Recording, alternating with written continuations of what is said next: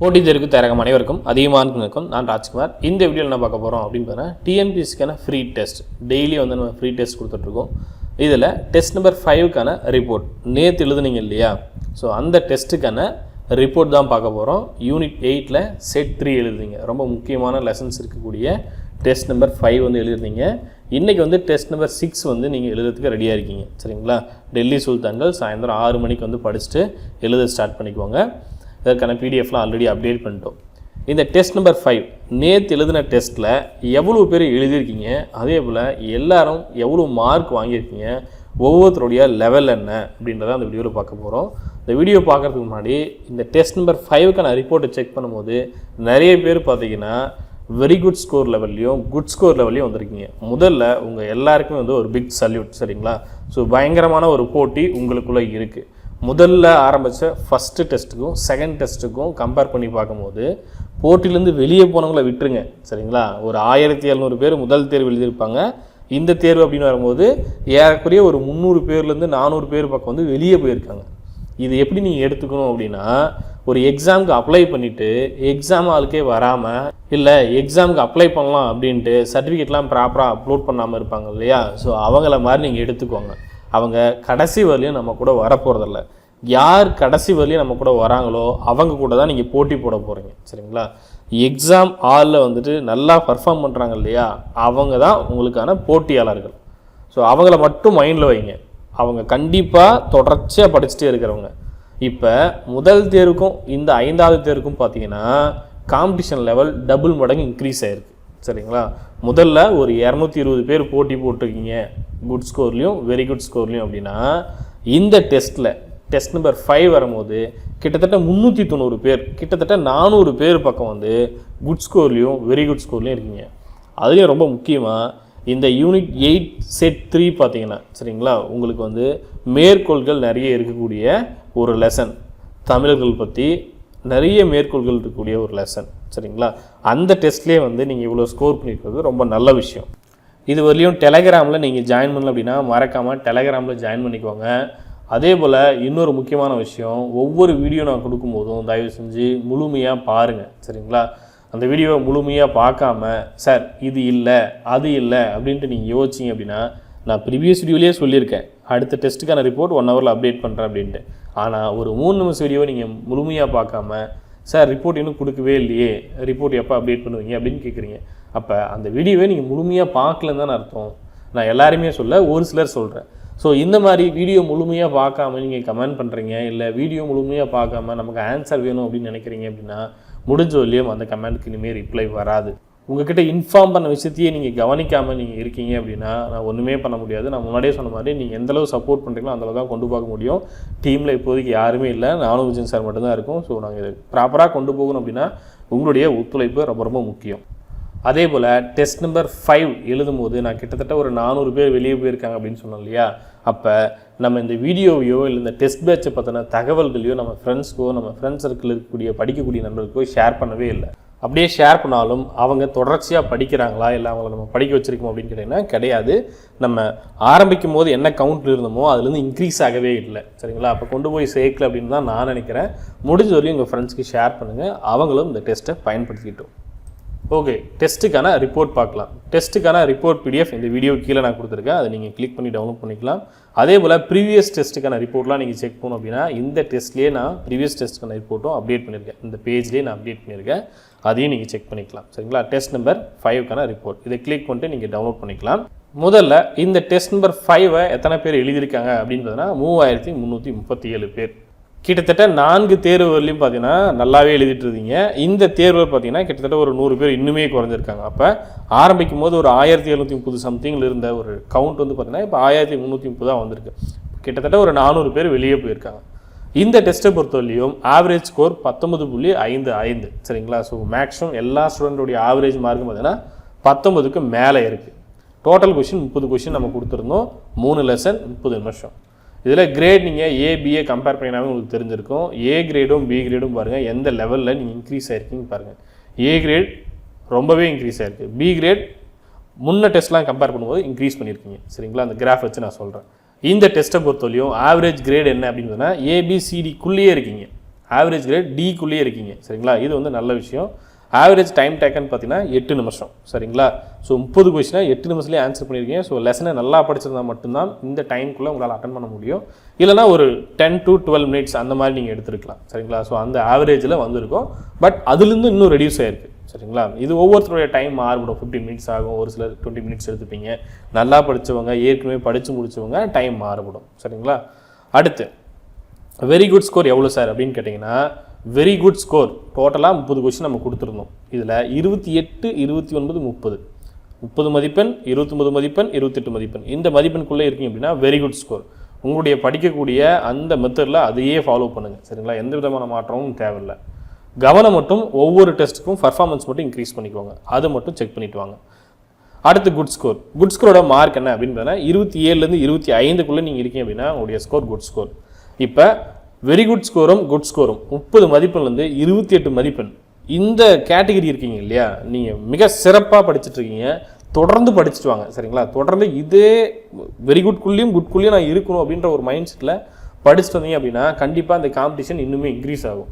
இந்த காம்படிஷன் எப்படி இன்க்ரீஸ் ஆகும் அப்படின்னு பார்த்தீங்கன்னா, படிக்கக்கூடிய மெத்தட்லையும் சரி, இல்லை படிக்கக்கூடிய கேட்கக்கூடிய வினாக்களும் சரி, நீங்கள் எடுத்துக்கூடிய டைமை பொறுத்தும் மாறுபடும் சரிங்களா.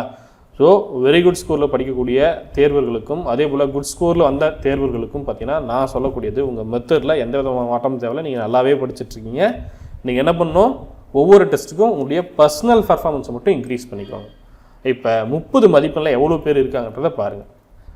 30 கேள்விகள் கேட்டிருந்தோம். அதில் 30 மதிப்பெண்குள்ளேயே பார்த்தீங்கன்னா எவ்வளோ பேர் இருக்காங்க அப்படின்னு பார்த்தீங்கன்னா கிட்டத்தட்ட 40 பேர் இருக்காங்க. ஒரே மதிப்பெண்ணில் ஃபஸ்ட்டு மார்க்கில் சரிங்களா. இங்கே ரேங்க் எப்படி சார் வருது அப்படின்னா அவங்க எடுத்த டைமை பொறுத்து மாறுபடும் சரிங்களா. ஸோ 40 பேர் வந்து முதல் மதிப்பெண்ணில் இருக்கீங்க சரிங்களா. 30 கொஷின் சரியாக ஆன்சர் பண்ணியிருக்கீங்க.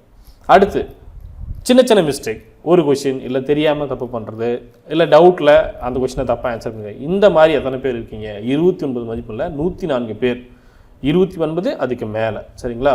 ஒரே ஒரு கொஷின் தான் நீங்கள் தப்பு பண்ணியிருக்கீங்க. அப்போ கிட்டத்தட்ட 30 கொஷினில் ஒரே ஒரு கொஷின் தப்பு பண்ணவங்க 100 பேர் பக்கம் இருக்கீங்க சரிங்களா. அடுத்து 28 மதிப்பெண்ணில் எவ்வளோ பேர், இந்த மார்க் நீங்களே பாருங்கள். ஒரே மதிப்பெண்ணில் எவ்வளோ பேர் இருக்காங்க அப்படின்றத நீங்களே பாருங்கள். 28 வரலையும் பார்த்தீங்கன்னா 188 பேர் இருக்காங்க சரிங்களா. 28 மதிப்பெண்குள்ளே 188 பேர் இருக்காங்க. அடுத்து 27 மதிப்பெண் வரும். ஒரு மார்க்கில் இந்த டெஸ்ட்டில் எவ்வளோ பேர் இருக்காங்கன்றதை பாருங்கள். 27 மதிப்பெண்ணில் 244 பேர். ஸோ இவங்க எல்லாருமே ஏ கிரேடுக்குள்ளே வரீங்க. 27, 28, 29, 30 சரிங்களா. இவங்களாம் ஏ கிரேட். ஸோ கிரேடை நீங்கள் விட்டுடலாம். நான் சொன்ன குட் ஸ்கோர் வெரி குட் ஸ்கோரை மட்டும் நீங்கள் வச்சுக்கலாம் சரிங்களா. அடுத்து 26 மதிப்பெண்ணில் பாருங்கள். ஸோ இதுக்கு முன்னாடிலாம் பார்த்தீங்கன்னா இந்த 27 மதிப்பெண் 240 பேர் வரீங்க இல்லையா, இதுக்குள்ளேயே வெரி குட்டும் அதே போல் குட் ஸ்கோர் வந்துடுவீங்க. ஆனால் இப்போ இன்னும் இன்க்ரீஸ் ஆகிட்டு என்ன இருக்கீங்கன்னா 26 மதிப்பெண்லாம் பாருங்கள். 26 மதிப்பெண்ணில் 318 பேர் இருக்கீங்க. அடுத்து 25 வரோம் அப்படின்னா கிட்டத்தட்ட 390 வந்துருச்சு. ஸோ இவ்வளோ பேர் நல்லாவே காம்பீட் பண்ணுறீங்க சரிங்களா. 25 மதிப்பெண் அப்படின்னு வரும்போது ஒரே ஒருத்தர் மட்டும் கம்மி, 389. நான் சொன்ன மாதிரி 390 பேர் பக்கம் இருக்கீங்க சரிங்களா. கிட்டத்தட்ட 400 பேர் பக்கம் நல்ல மதிப்பெண் வாங்கியிருக்கீங்க. இந்த காம்படிஷன் வந்து ரொம்ப ஆரோக்கியமானது சரிங்களா. எந்த விதமான பொறாமையும் இல்லாமல் போட்டி மனப்பான்மையோட படிங்க சரிங்களா. அதுதான் நமக்கு ரொம்ப முக்கியம். ஒரு சிலர் வந்து போன டெஸ்ட் நல்லா பண்ணியிருப்பீங்க, இந்த டெஸ்ட்டு கொஞ்சம் டல்லாக பண்ணியிருப்பீங்க. மேக்ஸ் டெஸ்ட் ஒழுங்காக பண்ணியிருக்க மாட்டீங்க, யூனிட் 8 நல்லா பண்ணியிருப்பீங்க, யூனிட் 9 ஒழுங்காக பண்ணியிருக்க மாட்டீங்க, யூனிட் 8 நல்லா பண்ணியிருப்பீங்க. ஸோ அதில் மட்டும் உங்களுடைய லெவலை இன்க்ரீஸ் பண்ணிக்கோங்க. ஸோ கிட்டத்தட்ட 400 பேர் ரொம்ப சிறப்பாக போட்டி போட்டுட்ருக்கீங்க. இதே விஷயத்தை அப்படியே ஃபாலோ பண்ணிட்டு வாங்க. ஸோ ரொம்ப சிறப்பாக படிச்சுட்ருக்கீங்க சரிங்களா. அனைவருக்கும் வாழ்த்துக்கள். அடுத்து நீட் டு இம்ப்ரூவ்மெண்ட் டெஸ்ட். தேர்வு எழுதும்போது தேர்வில் கொஞ்சம் கவனம் செலுத்தணும் அப்படின்னு சொல்கிறேன் இல்லையா, அந்த கேட்டகரியில் 22 மதிப்பெண்லேருந்து 24 மதிப்பெண் சரிங்களா அதுக்குள்ளே நீங்கள் இருக்கீங்க அப்படின்னா உங்களுடைய தேர்வில் மட்டும் நீங்கள் கவனம் செலுத்துங்க. 24 இருக்கலாம், 23 இருக்கலாம், 21 இருக்கலாம். இந்த பிடிஎஃப்லேயே உங்கள் மதிப்பெண்லாம் இருக்குது சரிங்களா. உங்கள் நேமை மட்டும், உங்கள் ப்ரொஃபைல் என்ன நேம் இருக்குது, ஃபார் எக்ஸாம்பிள் ராஜ்குமார் அப்படின்னா ராஜ்குமார் மட்டும் Ctrl F கொடுத்து சர்ச் பண்ணுங்கள். அந்த பிடிஎஃபில் கிட்டத்தட்ட 43 பேஜஸ் இருக்கக்கூடியது சரிங்களா. 43 பேஜை நீங்கள் ஒவ்வொரு பேஜாக தேட தேவையில்ல, ஒவ்வொரு பேரெல்லாம் தேட தேவையில்ல. Ctrl F கொடுத்து உங்கள் பேரை டைப் பண்ணுங்கள், கிடச்சிடும் சரிங்களா. அடுத்து need to improve in studies. உங்களுடைய படிப்பில் நீங்கள் கவனம் செலுத்த வேண்டும் அப்படின்னா 18 மதிப்பெண்லேருந்து 21 மதிப்பெண்குள்ளே நீங்கள் இருக்கீங்க அப்படின்னா உங்களுடைய படிப்பில் நீங்கள் இம்ப்ரூவ் பண்ணணும் சரிங்களா. ஃபோக்கஸ் பண்ண தேவையில்ல, நீங்கள் ஆல்ரெடி நல்லா படிச்சுட்ருக்கீங்க ஓரளவு சரிங்களா. அதை கொஞ்சம் இம்ப்ரூவ் பண்ணுங்கள். ஒரு 60% படிச்சிருக்கலாம், 70% படிச்சிருக்கலாம், அதை இம்ப்ரூவ் பண்ணுங்கள் சரிங்களா. அதனால தான் உங்கள் மதிப்பெண் குறைஞ்சிருக்கு. அடுத்து NEET to focus in studies. இதுக்கு முன்னாடிலாம் அந்த நீட் டு ஃபோக்கஸ் இன் ஸ்டடீஸை வந்து ரிப்போர்ட்டில் நான் ஆட் பண்ணல, ஆனால் இந்த டைம் ரிப்போர்ட்டில் ஆட் பண்ணி கொடுத்துருக்கேன். ஸோ உங்களுடைய லெவல் நீங்கள் தெரிஞ்சுக்கோங்க. ஒரு சிலர் வந்து சார் டெஸ்ட் எழுதி முடிக்கும் போது என்னால் ரிப்போர்ட் செக் பண்ண முடியல அப்படின்னு கேட்டிருந்தீங்க. ஸோ 11 மதிப்பெண்லேருந்து 17 மதிப்பெண் வரலையும் நீங்கள் வாங்கியிருக்கீங்க அப்படின்னா உங்கள் நேமே அந்த ரிப்போர்ட்டில் ஆட் பண்ணியிருக்கேன். சரிங்களா? உங்களுடைய மார்க்கும் நீங்கள் செக் பண்ணிக்கலாம், உங்கள் ரேங்க்கும் நீங்கள் செக் பண்ணிக்கலாம். 10 மதிப்பெண் கீழே நீங்கள் வாங்கியிருக்கீங்க அப்படின்னா 10லேருந்து அதுக்கு கீழே நீங்கள் வாங்கியிருக்கீங்கன்னா ரிப்போர்ட்டில் நீங்கள் இல்லை. நீங்கள் டிசைட் பண்ணிட்டு டைம் வேஸ்ட் பண்ணாமல் என்ன பண்ணணும் அப்படின்றத முடிவு பண்ணிட்டு அதன் பிறகு தேர்வுதுங்க, அதன் பிறகு படித்து முடிச்சுட்டு தேர்வுதுங்க. சரிங்களா? ரிப்போர்ட்டில் இந்த கேட்டகரியும் நான் ஆட் பண்ணியிருக்கேன். யார்? Need to focus in studies. Previous டெஸ்ட்லாம் ஆட் பண்ணாமல் இருந்தோம். இந்த டெஸ்ட்டில் உங்கள் லெவலை நீங்கள் தெரிஞ்சுக்கணும் அப்படின்றதுக்காக உங்களையும் நான் ஆட் பண்ணியிருக்கேன். சரிங்களா? அதையுமே ஷோ பண்ணிடுறேன். ஸோ டோட்டலாக இந்த ரிப்போர்ட்டில் எவ்வளோ பேர் இருக்கீங்க அப்படின்றத நீங்கள் பார்த்துக்கலாம். சரிங்களா? இந்த ரிப்போர்ட்லேருந்து பார்த்தீங்கன்னா 11 மதிப்பெண் வரலையும் நான் ஆட் பண்ணியிருக்கேன். 1193 பேர் இருக்கீங்க. சரிங்களா? நாகராஜ் வரலையும் 1193 பேர் நான் ஆட் பண்ணியிருக்கேன். சரிங்களா? ஸோ இந்த 17 மதிப்பெண் இல்லை 18 மதிப்பெண் வரலையும் வச்சுக்கலாம். சரிங்களா? கிட்டத்தட்ட 836 பேர் 18 மதிப்பெண் அதுக்கு மேலே நீங்கள் வாங்கியிருக்கீங்க. ஸோ ஃபஸ்ட்டு வெரி குட்லேயும் அதே போல் குட்லேயும் எவ்வளோ பேர் இருக்கீங்க? கிட்டத்தட்ட 400 பேர்னு சொன்னேன்.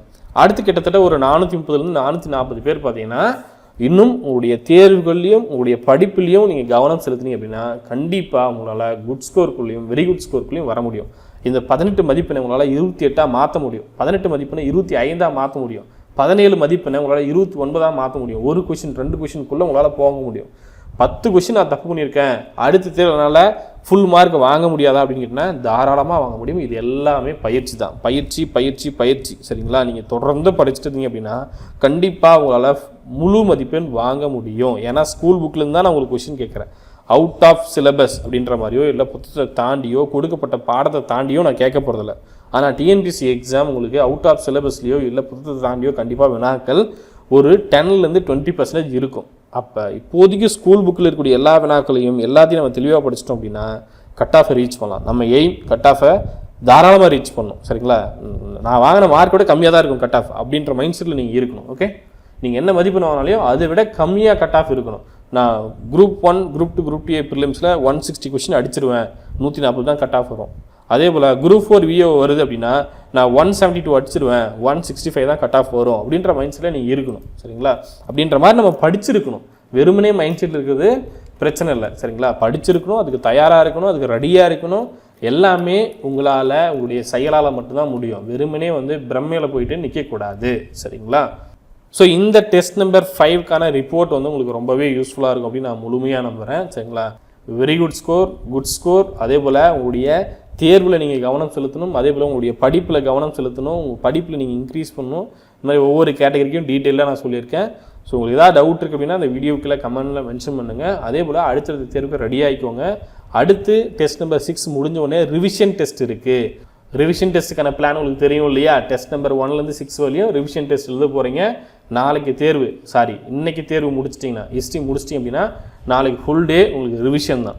சரிங்களா? ஒரு வேளை படித்து முடிச்சுட்டு தேர்வுக்கு ரெடியாக இருந்தீங்க அப்படின்னா ரிவிஷனுக்கும் ரெடி ஆகிக்கோங்க. இந்த ரிவிஷன் டெஸ்ட்டில் நீங்கள் வாங்கக்கூடிய மதிப்பெண் இப்போ முடிவு பண்ணிக்கோங்க. ரிவிஷன் டெஸ்ட்டில் நான் டாப் ரேங்க்கில் இருக்கணும் அப்படின்றத முடிவு பண்ணிக்கோங்க. ஒரு 2000 பேர் எழுதுகிறாங்க அப்படின்னா டாப் 100ல் நான் இருக்கணும். சரிங்களா? டாப் 100ல் நான் இருக்கணும் அப்படின்றத முடிவு பண்ணிக்கோங்க. இதுலேயே டாப் 100ல் நம்ம வரல அப்படின்னா டிஎன்பிஎஸ்சியில் போயிட்டு டாப் 100ல் வந்துருவோமா? முடிவு பண்ணிக்கோங்க. சரிங்களா? ஸோ ஒவ்வொன்றும் ரொம்ப ரொம்ப முக்கியம். ஒவ்வொரு மதிப்பெண்ணும் ரொம்ப முக்கியம். உங்களுடைய நேரத்துலேருந்து உங்களுடைய உழைப்புலேருந்து நீங்கள் பார்க்கக்கூடிய ஒவ்வொரு விஷயமும் ரொம்ப ரொம்ப முக்கியம். சரிங்களா? தொடர்ந்து படிங்க, கண்டிப்பாக உங்களால் சக்ஸஸ் பண்ண முடியும். நன்றியுடன் அதியமான் குழுமம், கட்டளை தவம் ஆற்றவரம். நன்றி, வணக்கம்.